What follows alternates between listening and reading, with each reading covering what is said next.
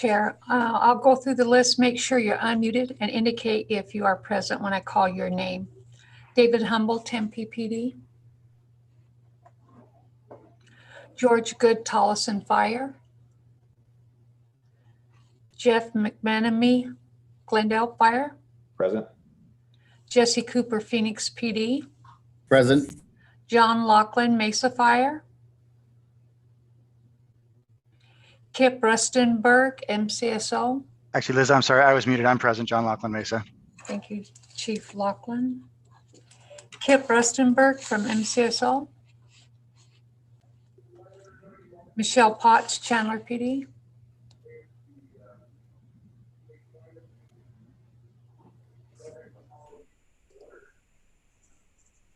Michelle, can you unmute?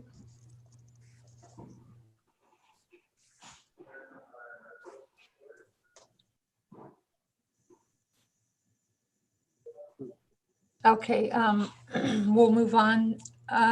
Robert Pokinski of Scottsdale.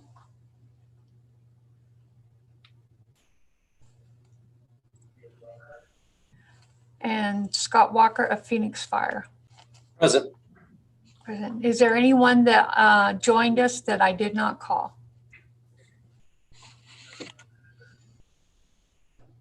This is Sherry calling in from Tempe. I just jumped on, so I'm assuming that you didn't call me yet. Oh, yeah. Then this is Sherry. Yes. Okay, very good. And Chief Good, you came on the line, I see. Yes, ma'am. Oh, Good morning. good morning. And was there anyone from MCSO or Scottsdale? Okay. It looks like we have a full quorum. Chief McManamy. Thank you, Liz. Please note all meeting attendees will be muted when they enter. Phone-only attendees will need to press *6 at the beginning of the meeting if they want to speak. And please remember to mute when you're not speaking to create a positive experience for everybody. So a quorum is now present. The meeting of the MAG 911 Oversight Team is called to order. We operate our committee meetings in full transparency, giving the public access to the committee meetings, material, and discussion. The public cannot view the chat comments. As a result, we're disabling the chat feature in all committee meetings moving forward. If you need technical assistance during the meeting, please contact the helpline at 602-452-5095 or contact the MAG staff assigned to the meeting. We appreciate your understanding and helping to maintain transparency discussion for the benefit of the public. Members of the public were asked to submit written comments related to the meeting through the MAG website. Comments may be sent at any time leading up to the meeting, but must be received at least 1 hour prior to the posted start time of the meeting. This is the opportunity for the public to comment on items that fall under MAG's jurisdiction that are not on the agenda, or that are on the agenda for discussion and not for action. MAG staff, Liz, have we received any public comments? If so, please read them at this time. Chief, we've received no comments for this item or any other comments. Okay, thank you. We'll move on to approval of September meeting minutes. Our next item, does any member of the 911 Oversight Team have any questions or comments on minutes?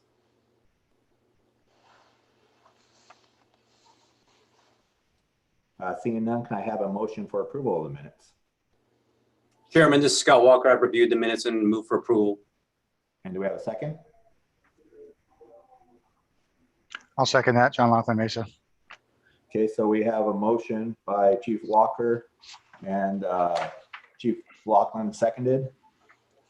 Is there any discussion on the motion? And Liz, can we please take a roll call vote? Thank you, Chair. Shirley Burlington, Tempe PD. I'm here. For approval of the minutes. Oh, approve. Chief Good, Tolleson Fire. Approve. Chair McManamy from Glendale Fire. Approve. Jesse Cooper, Phoenix PD.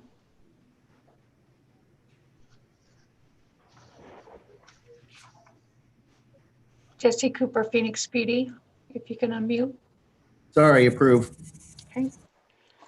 Chief Lockwood, Mesa Fire. Approved. Chief Rustenberg from MCSO.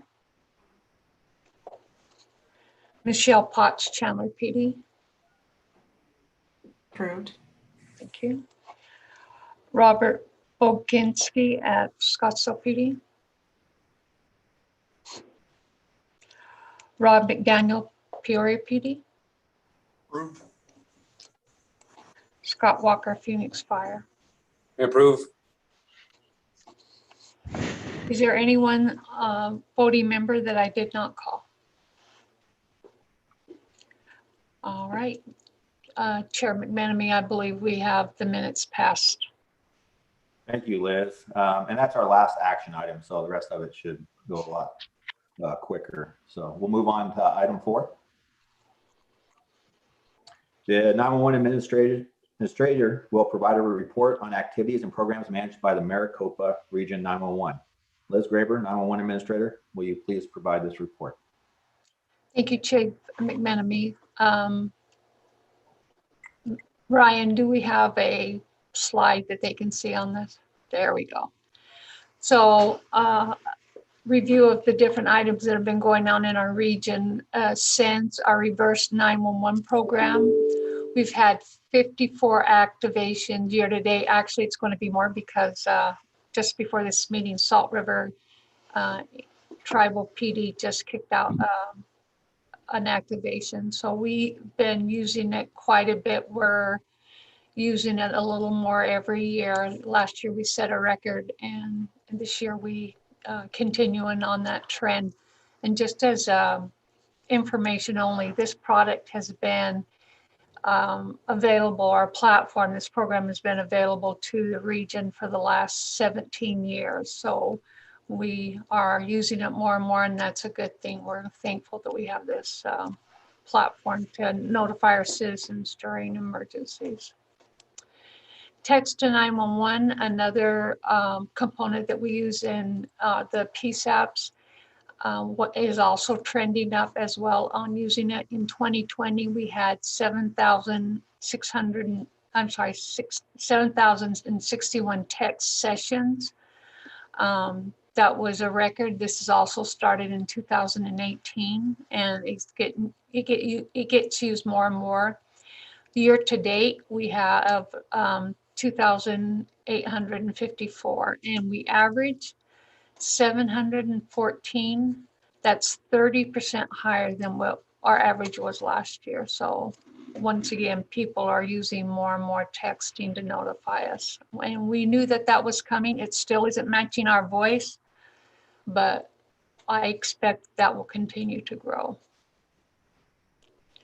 On the legislative side, they've created what they call an N, or a 3-digit number. They used to call them N11, but this is not an N11 because it's a 998 number. And that is a suicide hotline national, but it's using the same type of telephony in the background where you can call 998. Because of this, one of the things that affect everybody, but specifically the PSAPs, is it's going to require 10-digit dialing. So the old days of being able to dial a 7-digit number with you if you were within the area code are gone. So we've gone through and made sure that all our PSAPs have pre-programmed 10-digit dialing. Hasn't been determined on how the hotline will interact with 911 or if there are transfer capabilities or any of that. It's just the first step of making it a easier service for those that need it, and how they get that information to 911 other than a regular phone call. And if there's a transfer capability, we haven't been told yet, so they're working on that.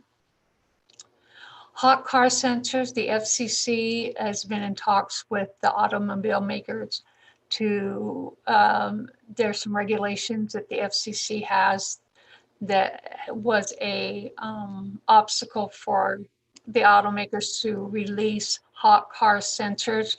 So the concept is that if there's somebody in the car and it shows it a hot car, it will trigger a sensor. It's unknown at this point if that goes to a pre-designed owner cell phone number or if it triggers anything in the 911. They haven't approached us about that yet, but the FCC has allowed them to move forward with that implementation or with that design. Then on the Arizona Corporation Commission, there's a docket number that is provided for you. That is for 911 outages. The Corporation Commission is investigating 911 outages specifically with Lumen Technologies, formerly known as CenturyLink. Most of the outages have been affecting outside of the Maricopa region because they use Lumen exclusively as their provider.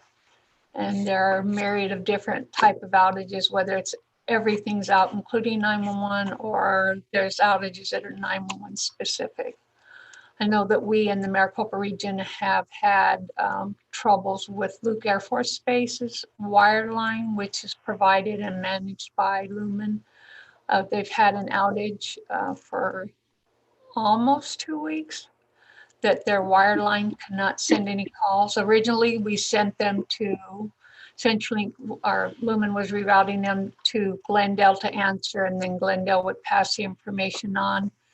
But we were able to have Lumen connect those lines into our selective routers. So now through our system, the MR911 system, Luke Air Force Base can answer directly their wireline calls, and that's cutting down the delay of having it transferred by Glendale.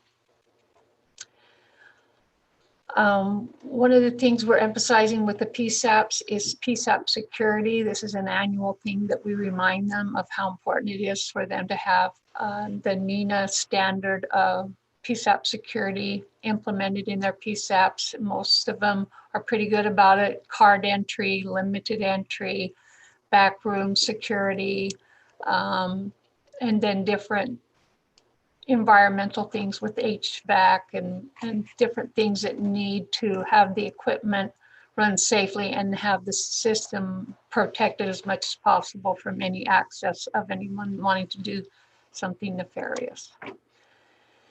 And then we went over a multi-agency incident review with the PSAPs, but we actually have this as an agenda item with Michelle Potts from Chandler, so she'll speak about that. And that's something that we reviewed at our PSAP managers meeting. So Chair McMenamy, that is the conclusion of my report. Thank you, Liz. Please contact Liz after the meeting if you have any questions regarding the report. This was on the agenda for information only, so we will move on to the next item 5. Okay, discussion on multi-agency incident. The next item on the agenda is a discussion on a multi-agency incident. Michelle Potts, Chandler Police Department, will lead a discussion involving multiple agencies and review successes and concerns of the incident from the PSAP point of view. Ms. Potts. Thank you. So Liz and I, we did have this discussion. It was discussed in the PSAP managers meeting as well. What we really wanted to kind of bring to light, both in the PSAP managers meeting and then also in this discussion, was what we encountered in the incident that ended up at Santan Ford in Gilbert that started over in the Eloy area and resulted in a line of duty death and the injury of a Gilbert officer is kind of the trends that we're seeing in the multi-agency events. And just as a quick overview, this started as a Pinal County Sheriff's Office. A deputy tried to conduct a traffic stop. There were some shots fired by the suspect driving the vehicle. A pursuit happened. It started down again in that Eloy area. It came north into the Chandler area. DPS was involved in that. Gila River became involved, Chandler, then Gilbert, Mesa PD, and Mesa Fire at one point were also involved. And so we ended up having 7 different agencies involved we do have the technology to work this seamlessly. We definitely are going to do an after action to work through some of the training that needs to come, maybe a little bit more with this. But I really wanted to maybe highlight what we're seeing in terms of the technology exists. We need to do more training. But what we do well in the Maricopa region, I think, is when we roll technology out, we roll it out regionally. But what we're seeing now is the complexity that happens when we're working different multi-agency types of events. And in this scenario, we're working with different radio systems. We're working across county lines. We're working with state agencies, tribal agencies, and county agencies. And the complexity that comes with that, I think we're going to really start to have to look at policies and operations. And what we can really do well a lot of times within the PSAP is, look at our neighbor and manage a technology or manage an operation very well. I think within Maricopa region, we do that very well. But when we start looking at these borders and with the tribal and the county and different counties, I think the complexity becomes difficult. And I think this was a prime example of where we're starting to see more trends of this. And so especially with Chandler being geographically where it's located, we kind of have a saying here in Chandler of all roads lead to Chandler, especially with, I-10 the way it is and all the open space south of us. We end up having issues where, Coolidge will come headed our direction in a pursuit, or DPS will head our way, and we end up in these types of incidents. And so I think the discussion point really here, I guess it's not for discussion, but I would just offer that we're seeing a little bit more of this than we have historically. And the complexities that come with multi-agency events on different radio systems across county lines and across jurisdictions like this. I think we're going to have to look at different policies from a regional standpoint beyond what we normally do in the Maricopa region. And so we're going to start having some more of those conversations and to say, what do we need to do? I know we're already having conversations with the city of Maricopa to take on dispatch services. I know Queen Creek is already having discussions on who is going to do dispatch services for them as well. So I think there's the trend out there. What does that look like from a regional standpoint? And so we'll take that on and see what the best way to tackle that is. But this was definitely something that opened our eyes to say, what can we do when we're all sitting in different PSAPs? What does that look like? And what can we do better? So if there's any questions, I'm happy to answer those. I would like just to make a comment, Michelle. So the fire department and police department's ground responses are really good at multi-agency responses. So everybody is singing off the same page when they respond to a large fire incident or a large police incident. They fall into it. The disadvantage that PSAPs have when on their portion of it is they're not there together. And so it's very difficult to coordinate something like this, but supporting what Michelle said, this is probably a trend that has continued to go. And so the more prepared and workflow that we have captured and procedurally for all the PSAPs, the easier those scenes will be. And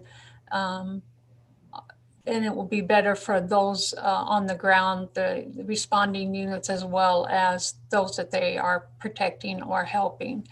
So our goal is to bring us up to that same level of having documented workflow policies for multi-region, multi-agency responses on large incidences.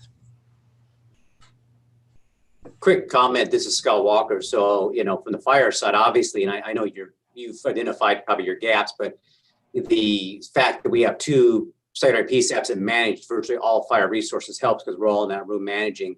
Phoenix Fire dispatches the majority of them. So that's certainly the strength of why we can operate really seamlessly across the region. And then the interoperability on radio communications, that's something, that we took on a few years ago to bring in the law enforcement side and get those frequencies into our fire radios, so our folks, on the ground can communicate with PD, and that's been a huge, asset. And certainly was a heavy lift. Jesse was a huge part of making that successful.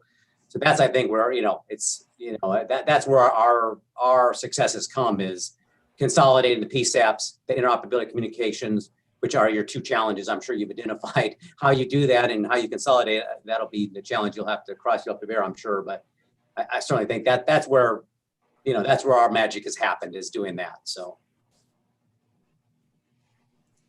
Yes, and I think, within Maricopa region, we have the typical agencies that we typically work multi-agency events with. And we do that well because of the frequency in which we do that.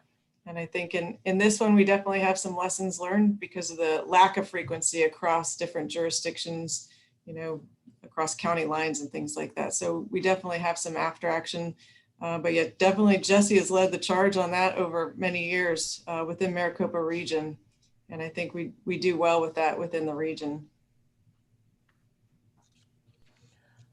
And I don't know, and I don't want to put Peoria, Rog McDaniel on the spot on this, but I'm curious, and we can have this discussion offline, if they are impacted by Yavapai, where they come up against Yavapai and share part of Lake Pleasant in their responses, if that is something that Peoria struggles with on multi-agency responses.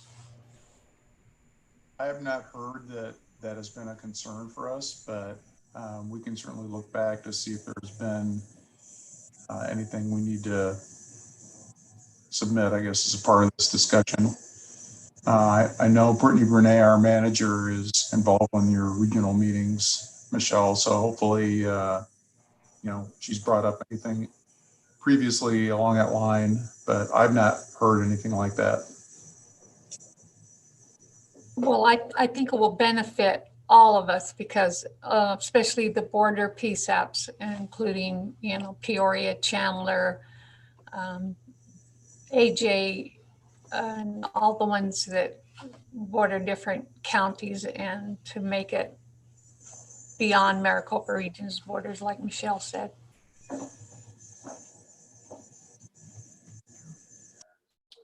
All right, thank you. Is there any further discussion or questions for Michelle?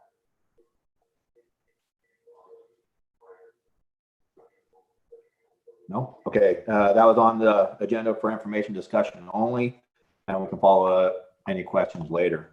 So we'll move on to item 6, the budget working group. Okay, the next item is the budget working group. This is an ongoing discussion on 911 funding for the region. This report will be given by Mrs. Grabber again.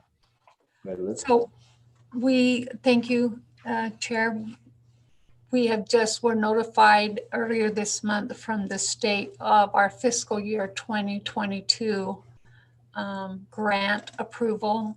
We asked for approximately $10.8 million for our needs, and the state graciously approved $10.2 million, which is higher than what we received last year by approximately $400,000.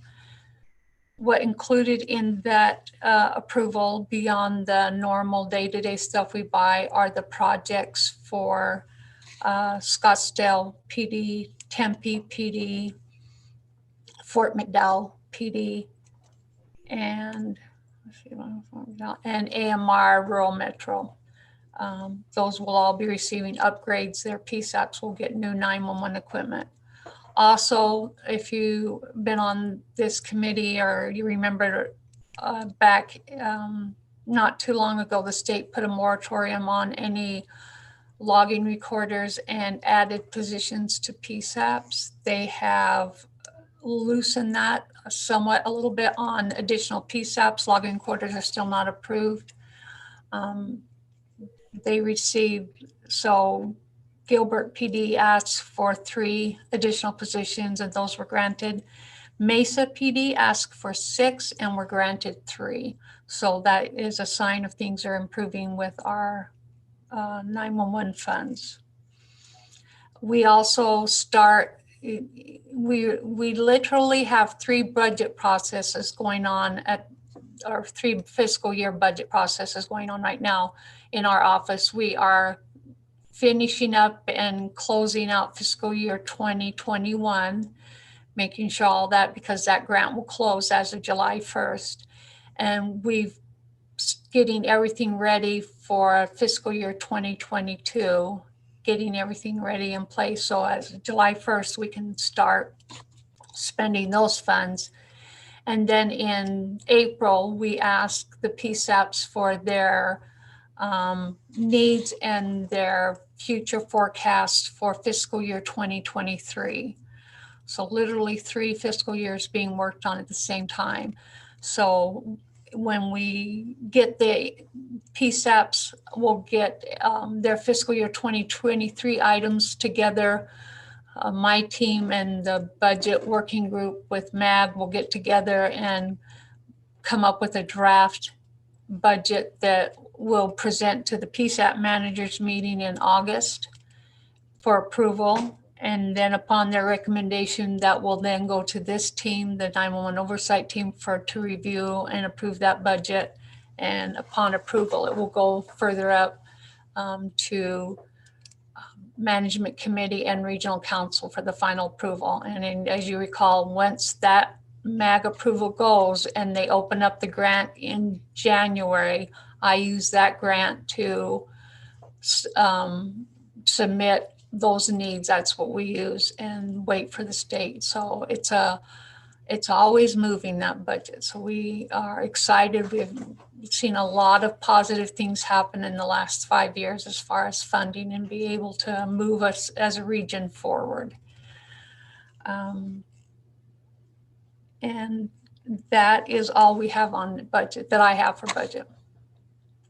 Okay, thank you. Are there any questions from the membership?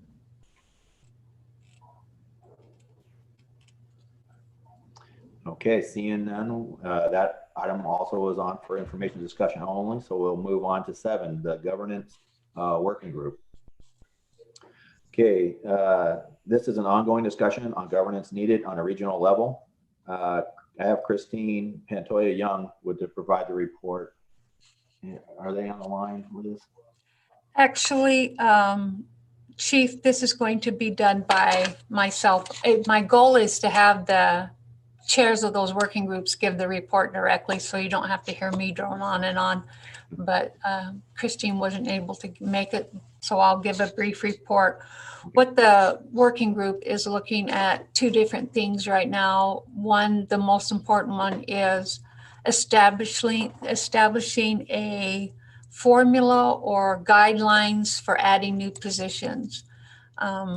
We get a lot of requests for additional positions, and the question we have is, are they needed? Because we do not want to spend money unnecessarily for additional positions when we're very limited on what we receive. So the governance team has been tasked with coming up with a formula that we would have the PSAPs follow when they're asking for additional positions to help us make a better decision on whether to fund them or not. What they've come across is there's a big difference on an additional position for Phoenix PD as opposed to a smaller agency like Tolleson, Tolleson's a good example because they have their call volume's gone up significantly since they incorporated dispatching services for the casino area on the west side. So they want to be able to be equitable on how to approve a position. So they put it into a 3-tier PSAP. Our largest tiers are obviously Phoenix PD, Phoenix Fire, and then Mesa PD. And then we have our mid tiers. Those are the ACD sites, meaning automatic call distribution sites. And then tier 1 are the smaller sites. And so that we can serve each of those levels correctly on whether or not they need additional positions. So they're still working on that formula. It is a very difficult task, but they are pulling numbers and stats and working very diligently on this. The other thing they're working on is we have, if you recall, we have a 911 map that the Maricopa region team manages, designed and manages it in every 911 center at every call taking position. And we started a few years ago the ability to send a broadcast message across that map that will display. The first iteration was a very limited text, and only MR 911's office would do that notification. And if there wasn't a situation where we needed to blast something really important out to every PSAP at once, we felt like this gave us that in. And then we expanded it to Chandler PD, who does our on-call, answers our on-call after business hours. So they had that capability as well. But through our team's design and upgrades of the software, we're able to now send a longer message, and we are expanding it to every PSAP supervisor position. We're on the way to do that, but there need to be guidelines involved in that. So the governance is coming up with some rules, as it were, of what we can use it for, what would be appropriate. And we hope to have that kicked off by by the time this committee meets again. So those are the two things governance is working on. I'll entertain any questions if you have any.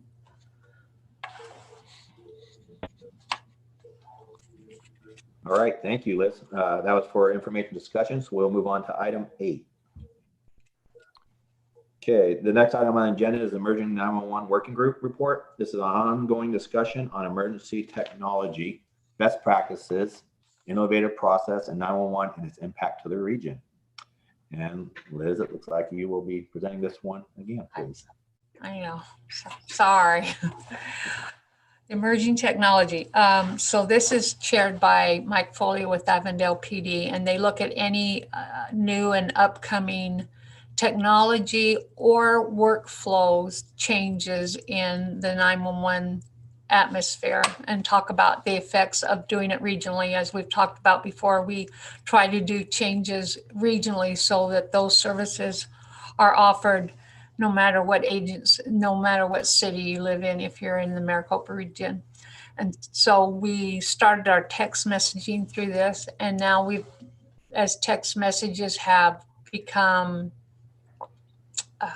the technology has improved, and as our call volume grows, we're starting to look at solutions that are integrated. Now, right now we have an over-the-top solution that we bring into our 911 network, but this would bring it directly into the 911 call taking equipment. And so there's challenges with that. So they're working on exactly how to make that move to integrate text into the phone system itself. One of the struggles they have is they want to be able to multitask. So when they're not wanting a system that limits that they can't be communicating through text and answer or be on a phone at the same time. And some 911 vendors think that they need to restrict that and just have one thing focused. But the realities in a dispatch center is the text sessions take so long. And if you have somebody that can answer non-emergency lines or multitask, they would like that choice to be able to do that. And that's especially true for the smaller agencies that require a lot from their communications personnel to handle several things. So they're taking a look at that. And the other thing that they are looking at on the emerging technologies is, well, it's more of a reclassification, but that's another agenda item, but how the technology within the systems are affecting what the future is. And we've talked about that many times, NG911 and the IP capability and what's coming through as additional information. So just not the location, the phone number, and the voice. You can get the location, the voice, the phone number, any alarm data that goes with it. And we currently take Uber, as you remember, vehicle descriptions. All of that's coming through 911, and that's only going to continue to grow. So they're looking on what it is and how should it display to the 911 operator and what they do with it. And that is all I have on their notes for emerging technologies. Or Okay. emerging 911. Thank you, Liz. Any questions on that from the membership? Seeing none, good segue to move on to number 9, the reclassification working group. Next item on the agenda is the reclassification working group update. It's an ongoing discussion on the reclassification movement for telecommunications, dispatchers, and PSAPs. Ms. Graber, will you please provide the report on this? Yes, so this is headed by Shauna Henry from Goodyear PD, and she gave me some notes on what they are working on. On a federal level, they're working to get the classification with OSB changed from clerical. They recognize dispatcher 911 as a clerical into emergency service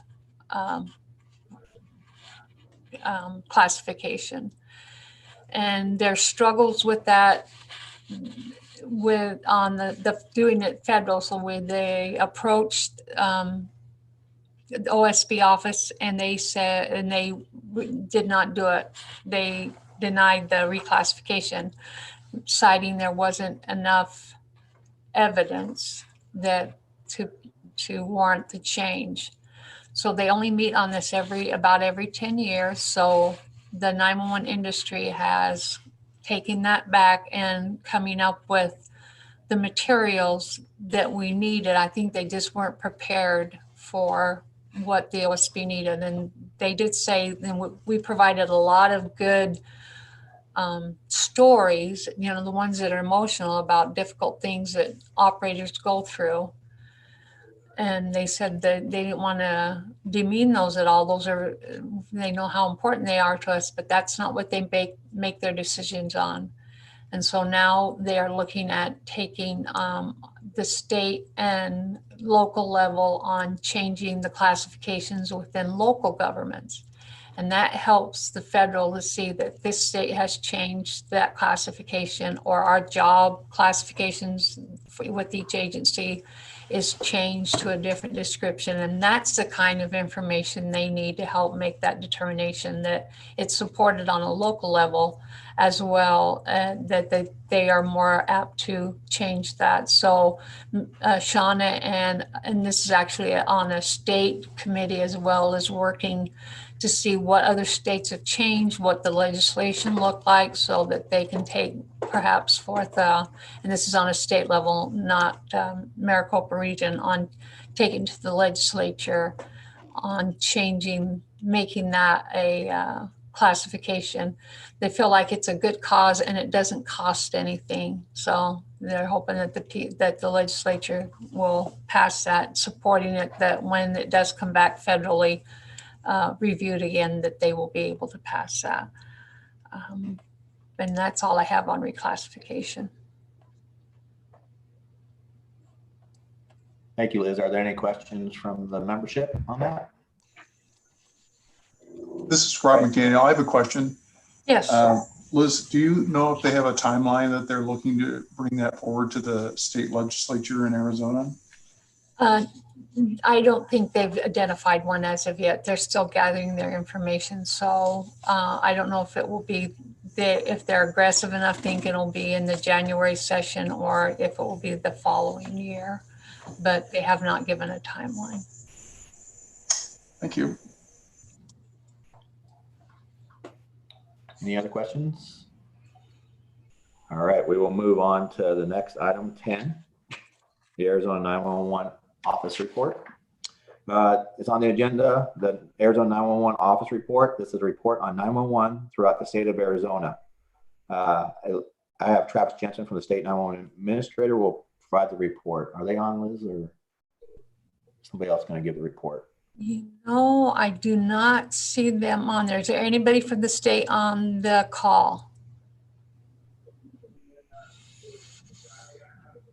Okay, well, it doesn't look like it. And I can't provide, I can just give you the update I've just said and all the other ones. So the budget, the RFP. So we are doing an RFP and for the state, and it's coming up with in two different categories, an RFP for call taking equipment and call taking as a service. And Maricopa Region does not participate call taking 911 as a service, but outside of our region they do. So we are looking at the best systems for both. And then another RFP for an EZNet. The EZNet is the closed 911 network that we will send all of our IP traffic across. Maricopa Region has its own, and the state has honored us to be able to continue with that plan because of the good record it's had and stability. But they're looking also for a state 911 EZNet besides Maricopa Region. So we are participating and helping that selection as well. And the idea would be then there would be 2 systems within Arizona that would be able to handle all the call volume and also eventually act as backup so that there won't be outages as they're experiencing now. Outages meaning that they haven't been experiencing, especially in southern Arizona, is all of the 911 calls aren't going anywhere. They're not being delivered at another PSAP. So we felt like it was a good use of our sources to be able to have those calls come through us, then we would get it back to them and vice versa. So that if one failed, that the citizens of Arizona would still have somebody answering their 911 calls. So that's our ultimate goal, is that redundancy for each other. And that's mostly what's the focus of the state, is getting those RFPs done. Okay, thank you, Liz. Any questions or anybody else, anything else to add on that? No? Okay, then we'll move on to item 11. Future agenda items. Are there any requests by membership for an item on the future agenda? No? Okay, just let us know if you do. We'll move on to comments from the committee. Are there any announcements from the membership?